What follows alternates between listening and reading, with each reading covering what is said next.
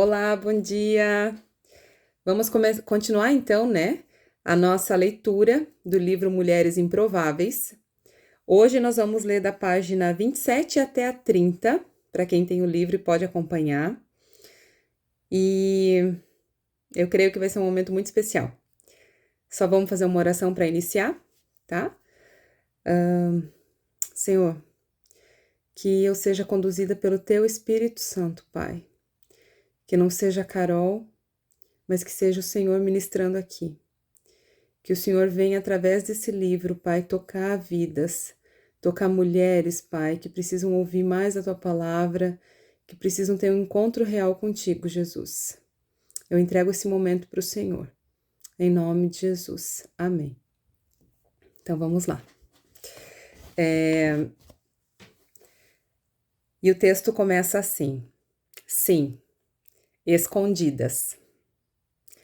Talvez muitas delas, as mulheres, estejam agora mesmo lendo com este livro em mãos, atraídas pelo título que correspondeu a um sentimento interno. Sim, eu sou uma improvável. E aí eu fui pesquisar, né, o que significa a palavra improvável, né? É que não tem probabilidade de ocorrer, que não tem probabilidade de acontecer, é algo incerto, é inacreditável. Então, eu me considero essa mulher, né? Eu não me vejo falando aqui com vocês, para falar bem a verdade. Eu não sei o que Deus tem para mim, qual é o futuro, né? E talvez muitas de vocês também pensem a mesma coisa, mas o que Deus quer comigo? Mas qual que é o propósito dele para minha vida? Às vezes Deus está te pedindo alguma coisa e você olha para você e fala: não, eu não. Eu, com esse passado que eu tenho, não. E não é assim.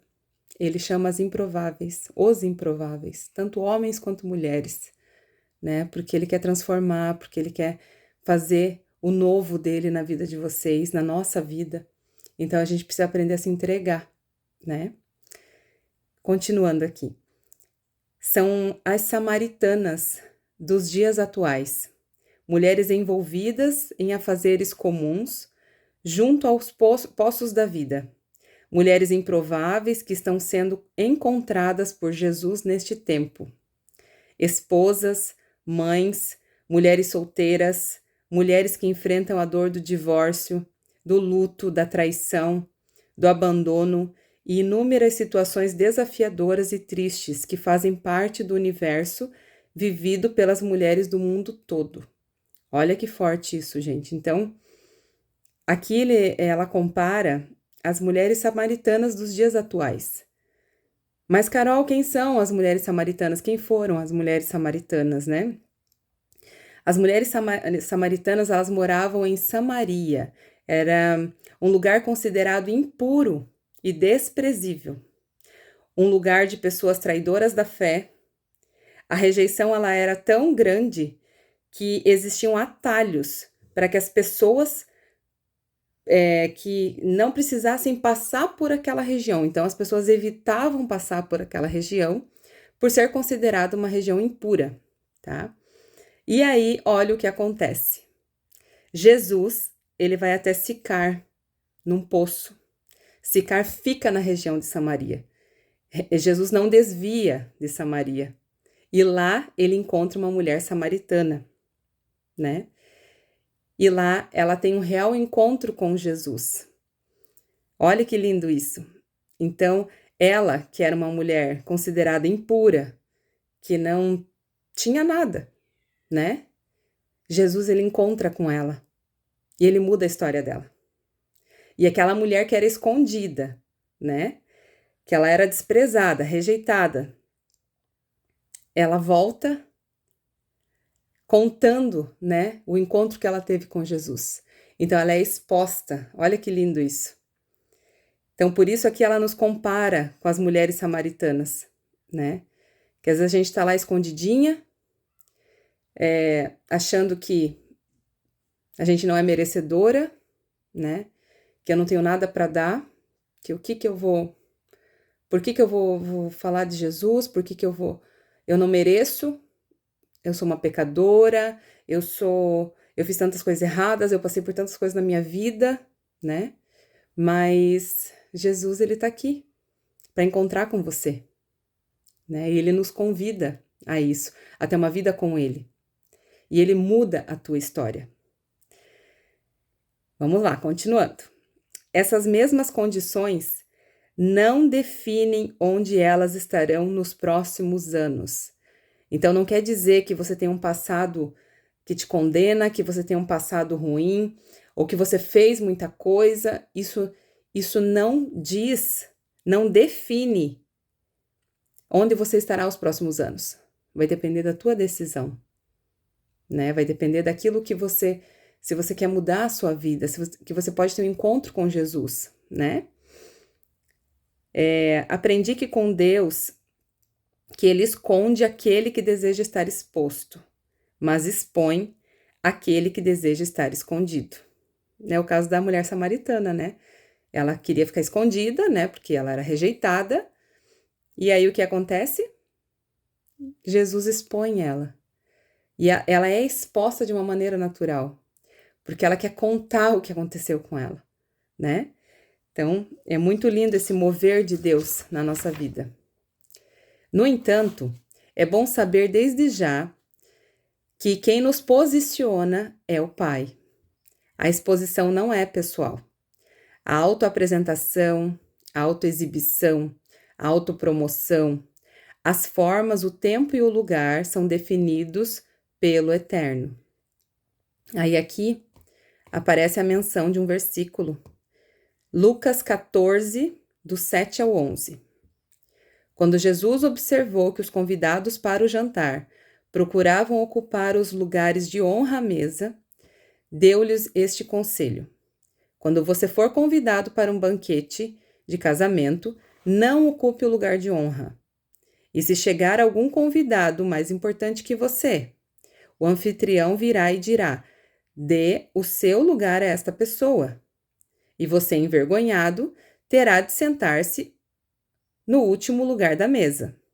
Em vez disso, ocupe o lugar menos importante à mesa. Assim, quando o anfitrião o vir, dirá: amigo, temos um lugar melhor para você. Então, você será honrado diante de todos os convidados, pois os que se exaltam serão humilhados e os que se humilham serão exaltados. Esse texto ele nos ensina o mesmo. Não precisamos disputar lugares. Não devemos procurar os primeiros lugares, mas sim respirar, descansar e buscar a presença de Deus, porque é ela e somente ela que poderá preparar o nosso coração para os lugares de autoridade projetado para nós nesse tempo. Então, olha que importante isso, né? Às vezes a gente está começando algo e a gente já quer sentar lá na frente, né? Já quer aparecer, já quer assumir alguma coisa, já quer não. A gente precisa ir com calma, que tudo tem o seu tempo certo. E Deus, ele prepara o lugar de autoridade para nós na hora certa, né? Talvez você precise desse lembrete, tanto quanto eu. O nosso sucesso não é medido pelos padrões do mundo. O verdadeiro sucesso é medido pelos padrões de Deus, porque ele se preocupa mais com a nossa integridade do que com o nosso número de seguidores no Instagram. Olha só. O Pai se preocupa mais com a nossa obediência do que com a nossa conta bancária. Está mais preocupado com o nosso coração do que com o serviço que prestamos no reino. Deus não é consumido com as coisas que esse mundo nos diz que são importantes. Então, a gente precisa ter cuidado, porque os valores estão invertidos, né? Então, a gente precisa cuidar com o que realmente importa, né? A gente precisa preservar a essência de Deus e não buscar aquilo que o mundo espera, né?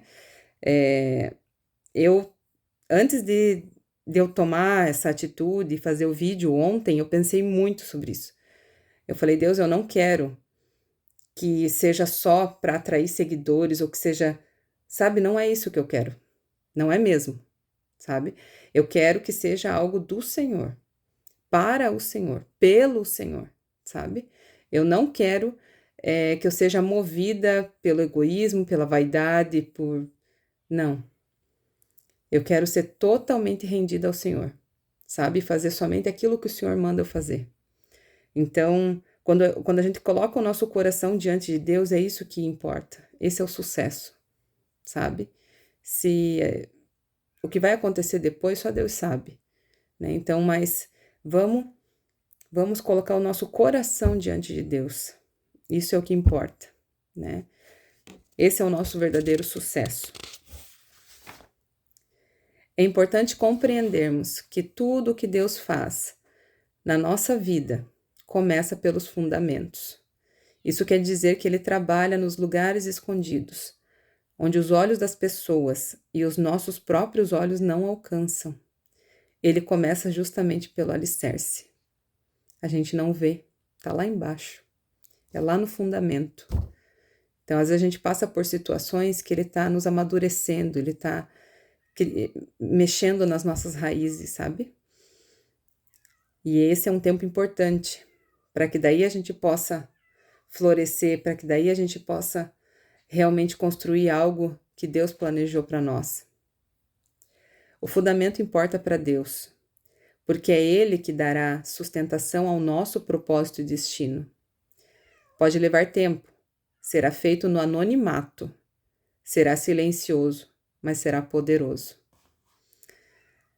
É um fundamento secreto que trará à luz uma obra ao público. Não podemos tentar mudar esse princípio, porque aqui está a chave do êxito. A rendição é o caminho. E eu encerro aqui, hoje, a nossa leitura. Então, eu só quero dizer para vocês assim, calma. Calma. Foi isso que eu anotei aqui quando eu estava lendo. Porque pode levar tempo. Você pode estar passando por um momento de silêncio e olhar e falar assim, meu Deus, e agora? O que o Senhor quer comigo? Por que o Senhor está em silêncio? Por que as coisas não acontecem? Porque Ele está mexendo. No silêncio Ele está trabalhando. E a gente precisa estar disposto, disponível, sabe? Para que Ele possa realmente preencher isso e mexer no que precisa ser mexido. A gente precisa ter esse coração disponível para o Senhor. Eu coloquei uma frase assim, ó, no final. Você precisa sair de cena. A rendição é isso. Você sai de cena para que Jesus entre em cena.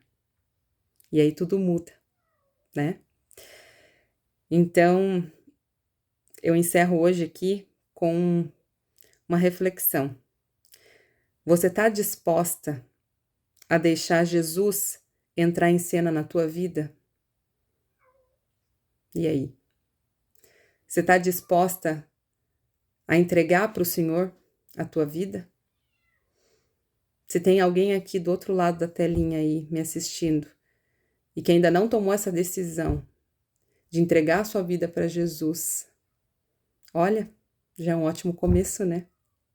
Que início! Então faça isso agora.